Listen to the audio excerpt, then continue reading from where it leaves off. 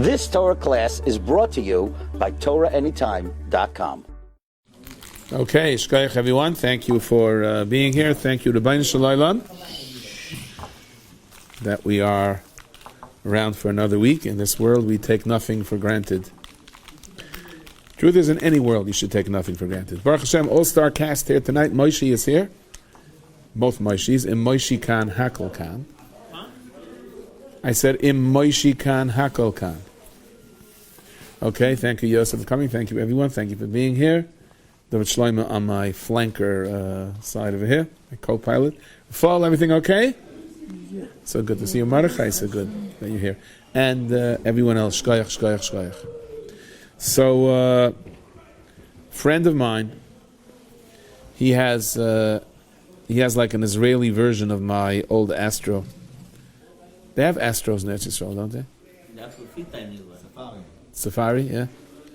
So he told me that this morning I put something into my car that doubled its value. I said, what did you put in? He said, gas.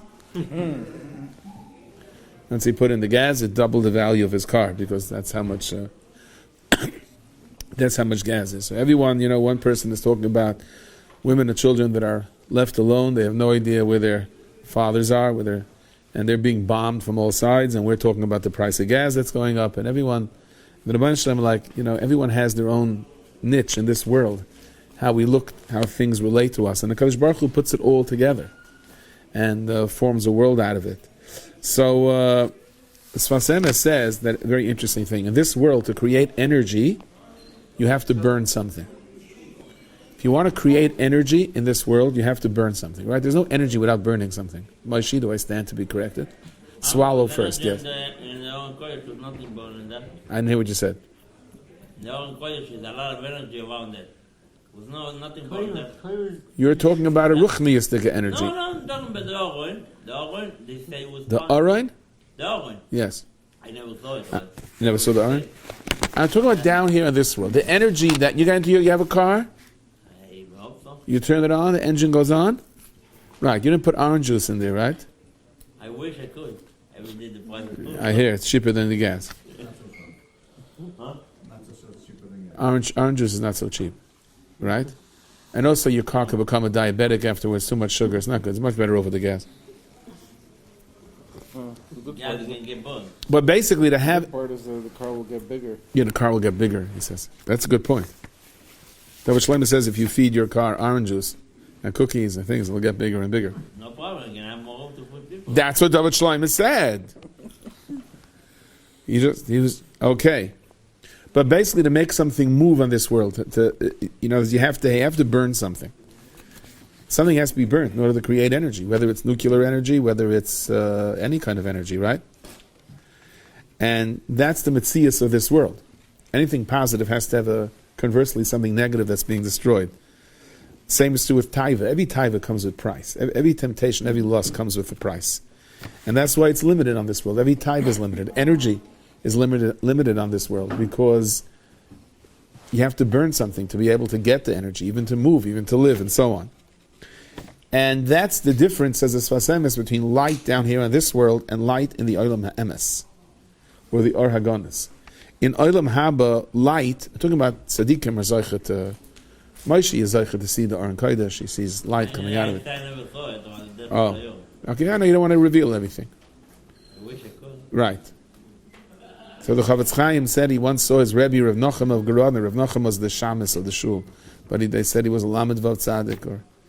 And the Chavetz Chaim hid, and he watched him lock up the place and put away all the hangers and put away all the svarim and dust off all the tables and change the Al V'Yaveh sign, the Parnas Hayom sign, whatever they did there. And he sat down to learn, and all of a sudden Chavetz Chaim wanted to yell, "Fire!" But he didn't, because he saw it was a ruchniistic fire, it wasn't something else. And later on, the Chavetz Chaim stopped repeating the story, because there were others who said, we were there, we never saw it. In other words, realized to be able to see it, you have to be a Chavetz Chaim also. So that kind... Sorry? Shnei Ma'aris Agdolim, yes. Shnei Ma'aris Agdolim says, David Shlomo is Rosh Tevis Moshe, and tonight is Zayin Adar, Moshe Rabbeinu's Yartzeit. This is going to be a big night. I can tell David Shlomo is getting warmed up now. It took time, it took a cookie, but it's going to get... But he's getting warmed up. Listen, so happy that you're here. So in Olam Haba, light is not, it's not conversely burning up energy. It's light for what light is. And therefore the light of Olam Haba, or the simcha of Olam Haba, is Moiseh v'Hoilach. Down here in this world, there's no continuous simcha. Sooner or later, you get slapped across the face. That's the way it is. So it's interesting that the Arizal said, it says that one person in a generation, or two people in a generation, maybe it's time to close my phone. One person in a generation, two people in a generation are zoicha that when they pass away, that there's an amudad in a hoira. There's a pillar of light that accompanies them up to Shemayim.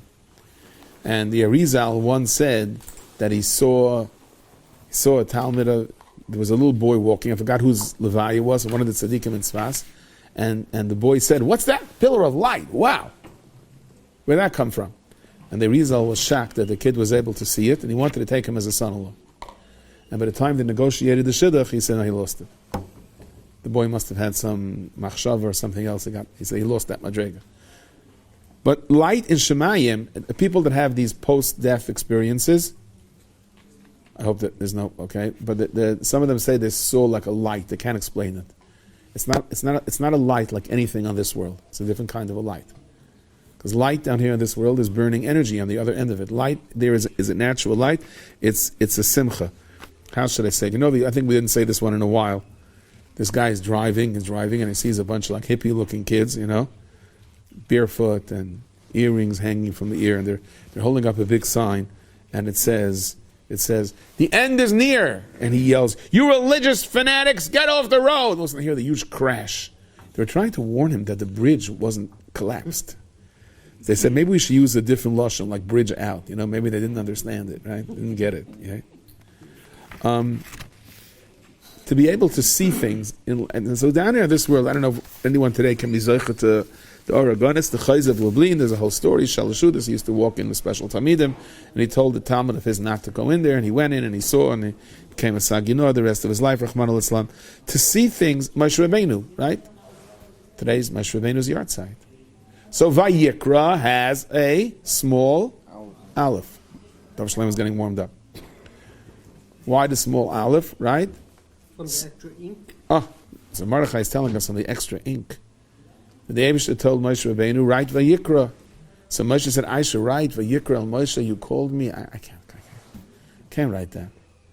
Hashem said, write it. So he wrote a small aleph. What happened to that extra ink?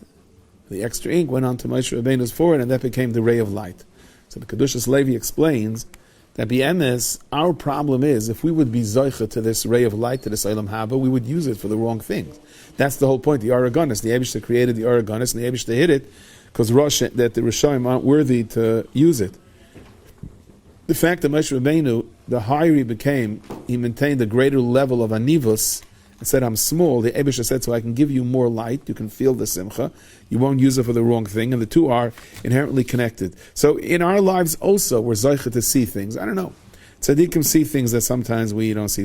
Story to Beis Yisrael, Beis Adar was his yahrzeit, that there was a young man, he was in the Yom Kippur War. Believe it or not, he was drafted into the Yom Kippur War.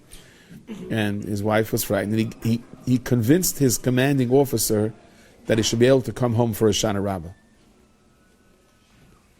That's when you have a Jewish army, you have these problems, right? So he came home for a Shana Rabbah, and his wife was like, she almost fainted when she saw him. And he's in his military thing, says, I only have a day. So he goes to the Rebbe's tish, he's a Gera, and she says to him, you're not going back to the front. You're not going back to the front unless you get a bracha from the Rebbe, you're going to survive. So he said, I tried, but with that, I couldn't get into the Rebbe. She said, well, you're not going back to the front. He told his wife, you think this is the Menayel? It's going to put me in detention? I'm going to be in big trouble if I have to get back. They gave me permission to go. She says, you're not going back. So she hid his talis and tefillin. And he wound up going to sleep, and she made sure he slept, and he woke up the next day. He knew he was in big trouble. He ran to the Rebbe and said, he said, I was supposed to be back yesterday. Give me a bracha first that I should survive the war, and give me a bracha I should survive my commanding officer, because I was supposed to be back yesterday. He says, my wife kept me. So the Beis Yisrael said, he looked at the kvittel, and he said, Chachmas Nashim Bansa Beisa, the wisdom of women built houses. Ein ben Peles saved, Eishes Ein ben Peles saved Ein ben Peles, your wife saved you. Found out later that unfortunately his battalion that was hit by a direct missile, nobody survived the night before. So again, You can sometimes have a sense of seeing things in this world. We get a little bit of a glimpse. You have a feeling, you don't know why, you don't want to do something, or you do want to do something. It's a little bit of it's an me'en sheme'en behind 1,000 mechitzos. But it's an me'en sheme'en of the Aragonis. I was once in an optometrist's office where they sell eyeglasses, and there was a cute sign. It says, if you don't see what you want, you've come to the right place. Okay? You were able to see it. Yeah. And one of the referees in the Super Bowl got a refund on his contact lenses. Yes, the person said, looks like it didn't work good if you made that call. Yeah. It's giving you a refund, right? So, La Yehudim Haisa Oira, right? Yehudim La Yehudim Haisa Oira, there was light, the Simcha V'Sasa Vikar. So there's real Simcha in this world, and there's false Simcha. Because La Yehudim Haisa Oira, because there was Zeicha to in the end of the Aragonis, therefore there was Simcha V'Sasa Vikar, there was real Simcha. There is a Simcha that comes from ignorance. Okay, ignorance is bliss. That's true, but bliss is short-lived. You know that story? This guy in Chelem, his wife took him apart piece by piece and said, "Mechel yushlam mazel, ben shlamazel, ben shlamazel, ben shlamazel." He said, "Why are you making fun of my grandmother?" Mechel was confused. She said, "Make parnas." He says, "I'm trying to make parnas. I don't know where to go in this town to make parnas." She said, "Go to a different town." Fine, so he wakes up in the morning, he's going to a different town to make parnas. He had no clue which town, what parnas, where he goes. He's walking like he's like halfway between two cities. He's really tired. He sits down, lays down, goes to sleep a little bit. And he takes off his shoes, but he doesn't have a GPS, so he doesn't have navigation. So what he does is, he points his shoes in the direction of where he should continue going, so when he wakes up, he should know where to go. And Mechel wakes up, all right? Wakes up, and what he didn't know is somebody came and tried to steal his shoes. Then he saw that Mechel's shoes were not worth stealing. They were bebchina v'chulam poischim es pihem, if you understand what I'm saying. And so he threw back down the shoes, but in the wrong direction. So Mechel got up and actually started walking back to Chelem. And he comes into Chelem and he goes, "Wow, this town looks mamish like my town. It's amazing." And he comes to his house and goes, "This house looks like my house. Fascinating." And he knocks on the door, his wife comes in and goes, "Shlamazel!" He goes, "She mamish talks like my wife." It's fascinating. You know what I mean? Who are we? So ignorance is bliss, but it doesn't last very long. I think Mechel would find out sooner or later this is his house. So La Yehudim Haisa Oira, there was Zeicha to Oira. Because there was Zeicha to the end of the Aragonis, the real Ar, therefore was Simcha V'Sasa in the car. Eventually the real R breaks through. Kala Kaifra bi Avodah Zarah. As soon as you're Kaifra in Avodah Zarah, you're already called Yehudi. So the Zerah Shimshon says a fascinating thing. When a Molech went to war, he picked people that their mazel was they're not going to die this year. Yes, a Molech knew these things. Some say he picked people that it was their birthday.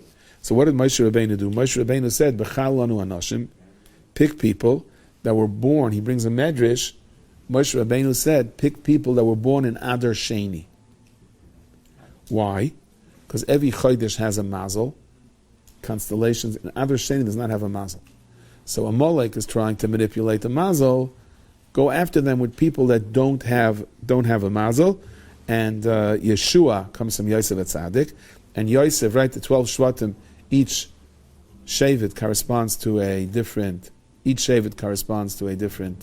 Chodesh. Yosef has two Shvatim, Menashe and Ephraim. So the two Adars is Yosef Atzadik, and that was Yeshua. And he says that's why it's called Purim, Lashon Rabbi. Like, why is it so important that the Yom Tov is called Purim? Is this such a, you call the Yom Tov Haman, call the Yom Tov Esther, Mordechai, call it Hamatash. Why Purim? Right, why double? So because I'll show him up Pur, right? So Haman threw dice and he landed Pur. So he says, why Purim?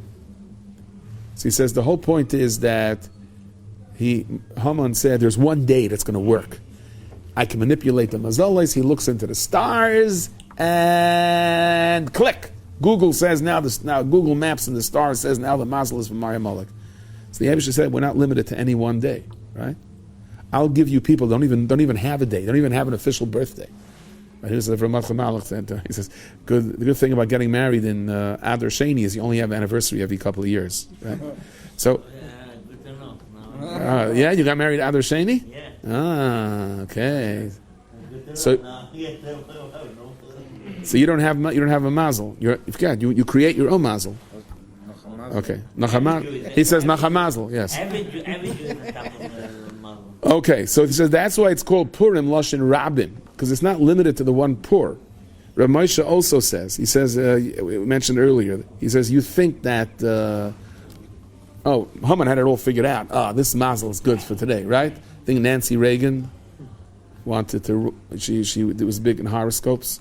She, like I told her husband, went to do certain things because it's going to stim with the Kechavim and Mazalis, right? If you think it's the 15th century, this is where we are.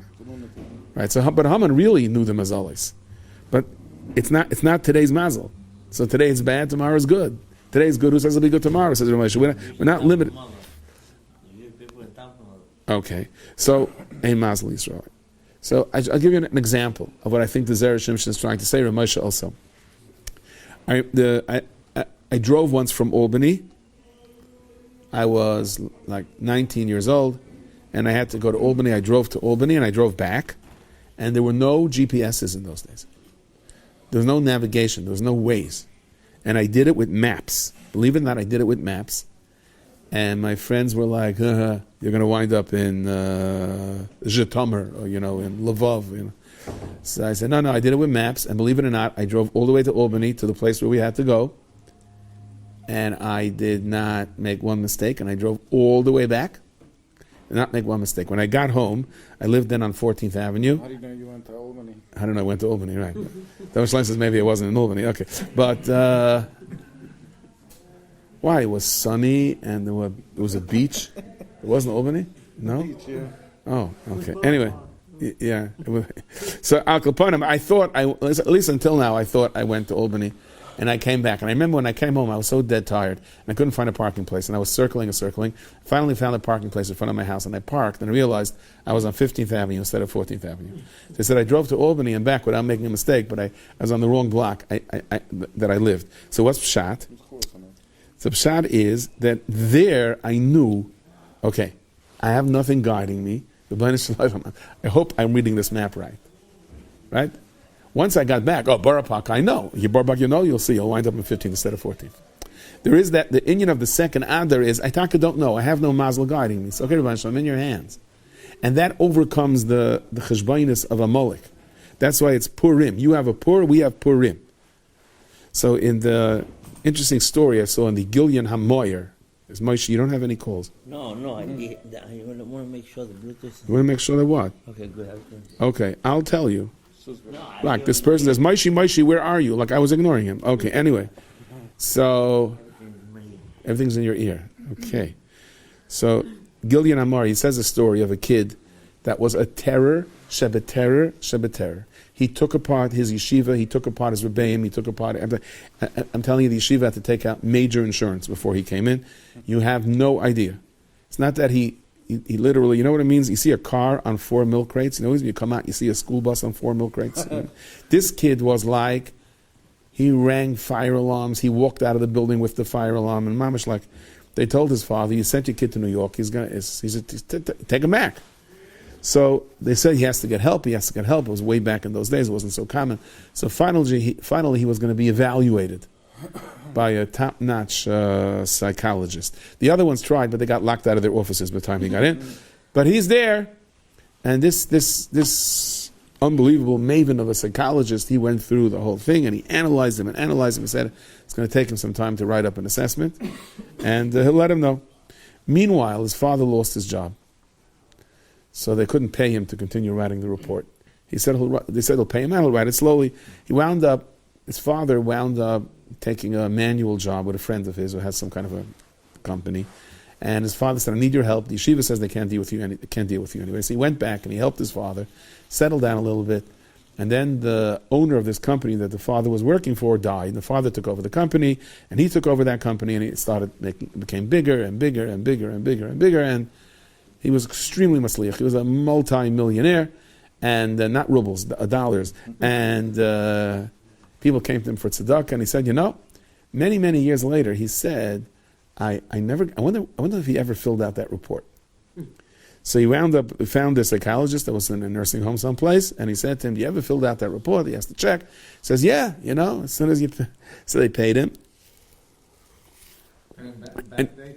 I don't know what they did. Anyway, they sent him back. They sent him the report, and in the report it said that pathological, I don't know what, schizophrenic. He suggests he should be institutionalized. He's a danger to society. Lock him up and throw away the key. So he said, "Can you imagine if my parents saw the report? Look where I am now. What could have been if they saw the report? You know." So was the psychologist wrong? No. Doesn't mean he was wrong. But it doesn't mean if Dessler talks about it right away. It's not a question of right or wrong. You could only right or wrong what's happening now. The future, you look at this Russia, Ukraine, and you go back and you read all the intelligence reports said that Russia's going to, Kiev in 4 days is gone. That's what everyone said. That's what Western intelligence said. It's definitely what Putin thought, right? So what's going to happen, one Boiri Olam knows. Shalita, Mashiach, and Gula Shlema, and the end of death and pain and so on. But obviously it's not what the experts are saying. It's not. You can assess something. It doesn't mean that that's what it is. So Daf Yomi is starting to learn Yavamis today. Anyone started Yavamis today? Moshe, wow. Okay. So they asked Reb Chaim, Kanievsky Zayn Gesund Stark. They said to him, Moshe Yavamis? You finished it already. Oh, okay. Finished it every night by Kriya Shema Lamita. No, not every night. I'm in Kiddushin already. You're in Kiddushin. Sorry. So they asked Reb Chaim, how do you teach Yavamis? Like, how could you learn? So he said, Yavamis is just complicated cheshbonis. It's just keeping. I got to like Yavamis. Very interesting. I just make little charts. Shlosh Achim Shnei, right? Rabbi gets to doodle. I get to doodle, right? And I love doodling. When I doodle, I'm okay. That's why it says Yechi Reuven v'al Yamis, because the whole Yavamis, Reuven is dying. Reuven is Shimon. Reuven died. Shimon was left over. Poor Reuven, he's dying 1,000 times. So that's why there's a special bracha, Yechi Reuven. You know that. So Chaim said, yes, Yavamis is very complicated cheshbonis.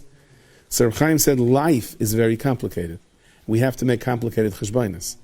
If you do it in Yavamis, you won't have to do it in your own life. No one's going to get away without having to make difficult decisions and having to really think things out. There are times you're up against a crossroad. Do it here, you won't have to do it there. That's all. Kabbalah of all term, very many El Machas Ol Derech Eretz. But Pesach Tzvi Frank, one of the greatest Go'inim of one of the greatest Masmidim of the Dar, Landers Rosh Hashiva is an Einik Kalifis, Rav Sachs, Rav Pesach Tzvi Frank he was such a masmid. He lived in such difficult times you can't imagine. So he had a chavruser of Michal Tukatinsky. He's the one who wrote the Luach. He's the one that argued with the Chazanish about which day Shabbos is. Anyway, they learned Yavamis 70 times. And Rav Michal Tukatinsky said, maybe we move on to the next Masechta. He said, what? We're just beginning to get the taste of it. Now? So they continued to learn Yavamis another 120 times, and only then did they move on to the next Masechta. Now, I made a cheshbon. If we only learn Yavamis in the Daf Yomi cycle once every 7 years, right? So how long would it take us to learn Yavamis 70 times? So according to my calculation, I'm sorry, Mordechai? School of Arichas Yamim, yes. So according to my calculations, 490 years it would take us to learn Yavamis 70 times if we only learned it once. Every Daf Yomi. And 120 dafim. So 490 years would have to live 490 years. That's all. That's 425 years of collecting Social Security. Minus 65. Yes. I'm talking about for those of us that could only learn, those that are limited to a daf a day, Moshe. I'm not talking about right? I really felt good because they said that all the young, strong people cannot leave Ukraine. And between the ages of 18 and 65. So finally, I feel young. Wow. I didn't realize that, First time, it gave me a little chizik there, Okay, I felt young, right? So I heard a very sad story of a young man. They didn't let him out. What was his mistake? His mistake was Schachter. When he came to Ukraine, I don't know how many years ago, he had an American passport and a Ukrainian passport. He came in with his Ukrainian passport. So because he's listed on their computer as a Ukrainian, they wouldn't let him out. Now, so I said, what passport are we going through life with? Or Palm begged there shouldn't be any espedim by his levaya, and he said, I don't want to go up to Shemayim with a false passport. That's what he said. So what passport do we take in life? That's how we're going to be judged by. How do we view life? There was a person in Muncie, I don't want to say his name, he was an interesting person, like a rebel, and he wants to go to Antwerp to his Rebbe, the Pshavarska Rebbe. So he came in and asked if anyone has a passport to borrow him. Someone gave him a passport.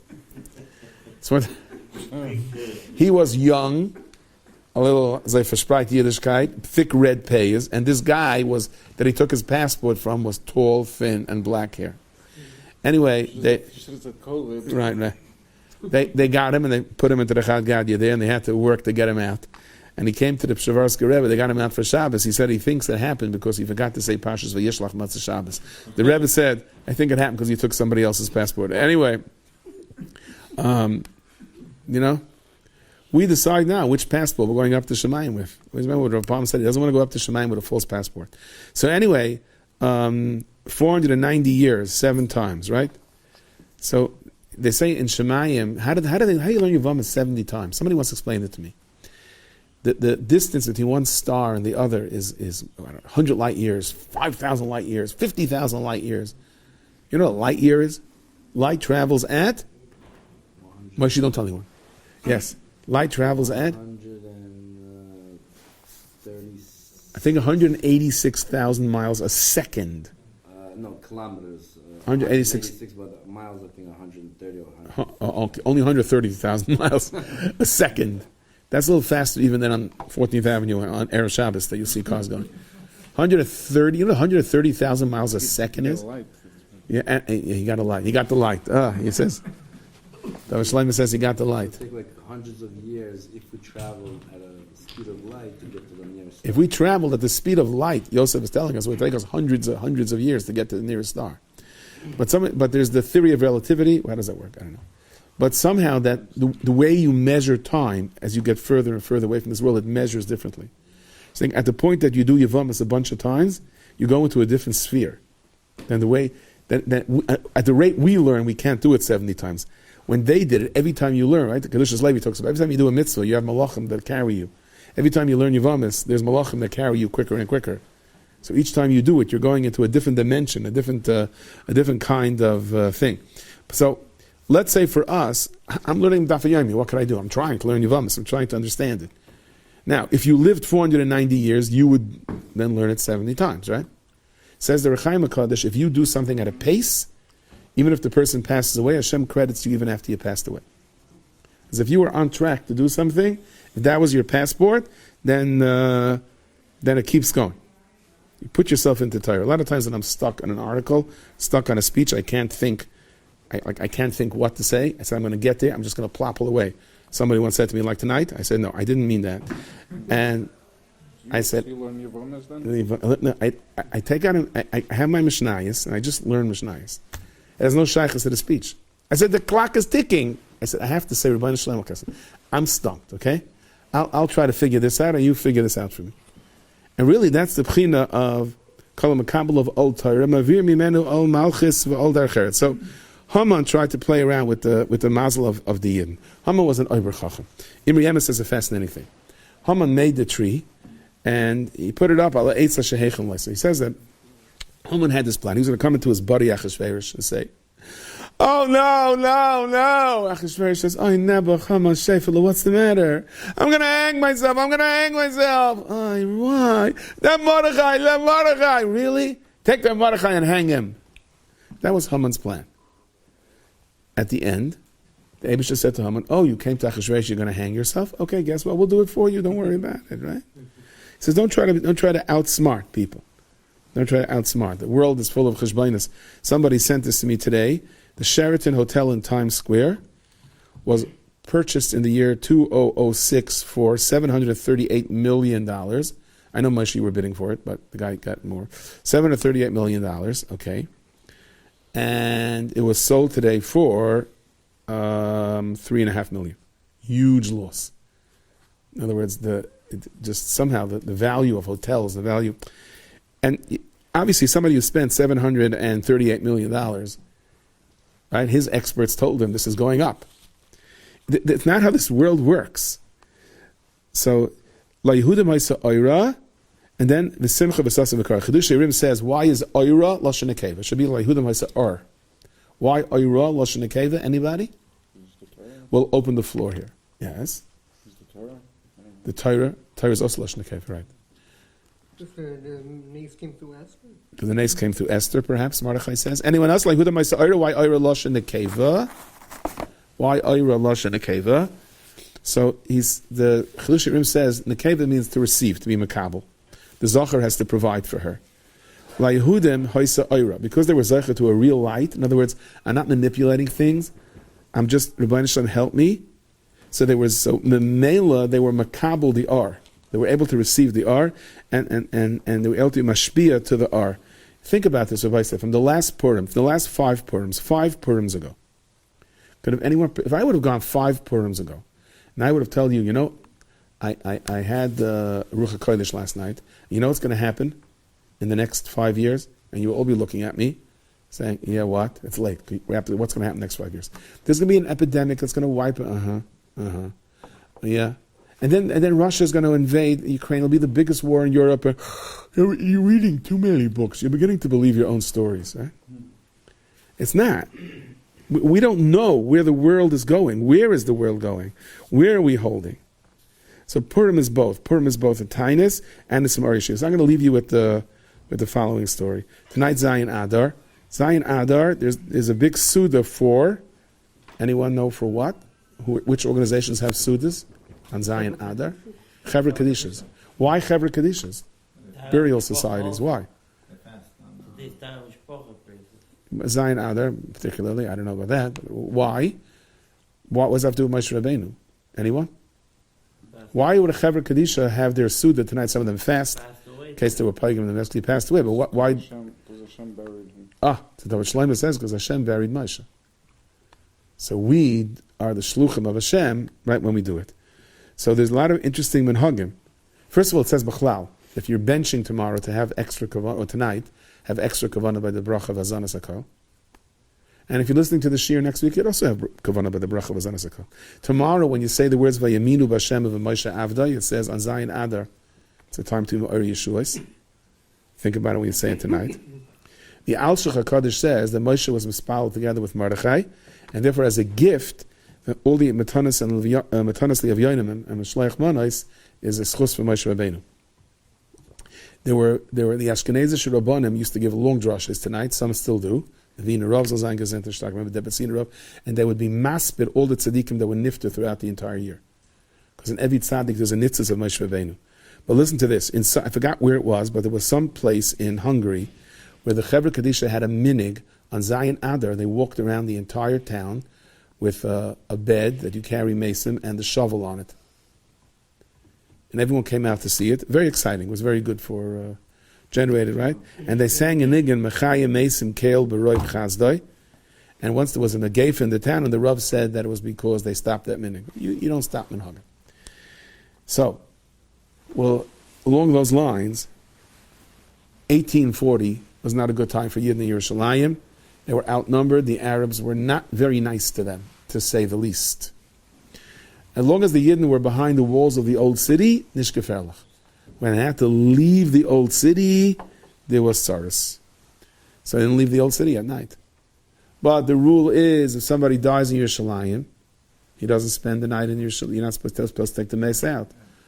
So they had no choice. They would have to leave the city sometimes before dark, head to Har HaZeisim, and the Arabs had a very good time. And they would bombard them with rocks, and more than once they just dropped the Aron and they turned. There's no Aron in the bed, but they dropped the bed and they turned and ran and left the mace, and it was not a good situation. And they tried to have meetings about it with the Turkish government, Sagonish geholfen, and there was no eitzah. What could you do? And there was one terrible time. They mamish attacked the members of the Chevra Kadisha. They were in Zalzal, the mace. It was horrible. So there was the story goes that somebody moved into Yerushalayim from Hungary, a kid named Herschel. Herschel was 6 feet tall, 6 feet wide, and he had a wingspan of another 6 feet. He was just this big kid. And he was looking for odds and ends to do, and he heard about this. He said he's going to go out and guard the Chevra Kadisha. So the Rav said it's not going to work. You're going to put your life in danger. As strong as you are, they're going to come from all sides on you. But he had a different idea. Rumors went out that Herschel is sick. Daven for Herschel on a Shilam Alois. The Arabs said, what, that big guy is sick? Whoa. And then Nebuch, the Levaya of Heschel, ben so-and-so, ben Tema, Babsha, Richka, is going to be in Levaya, and everyone came, and the Arabs were saying, Levaya tonight. They were happy, because they were scared of this guy, so they were very happy there was this Levaya. And they needed a mamish, a bunch of real Chevra Kadisha guys to carry him out. And in the middle, they started throwing rocks, and they took off, running away, and they were laughing. And the Arabs thought, we're going to have some fun.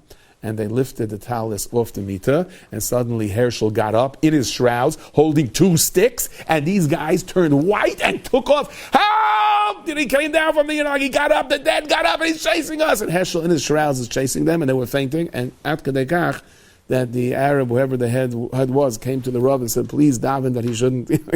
You're going to send down all the people that that they made fun of by Levi. We're in big trouble. He told them, well, you cannot chepa any more of Levi. They promised they're not going to chepa any more Levi. So, Zayin Ba'adar, whole Purim is really Zayin Adar, right? Zayin Adar was the day that Haman picked. Zayin Ba'adar Mes Moshe, and Haman was all excited. What he didn't know was the Zayin Ba'adar Noilad Moshe. What he didn't know is that the fortune cookie says, worst of the worst, you're doomed and you're in trouble. And the Yid says, that's today. But it's not Pur, it's Purim. Tomorrow is another day. And sometimes B'dafka, when you don't have the navigation, when it's the Adar Sheni, that's the schus for the Gula and the Simcha. Thank you very much, everyone. You've just experienced another Torah class brought to you by TorahAnytime.com.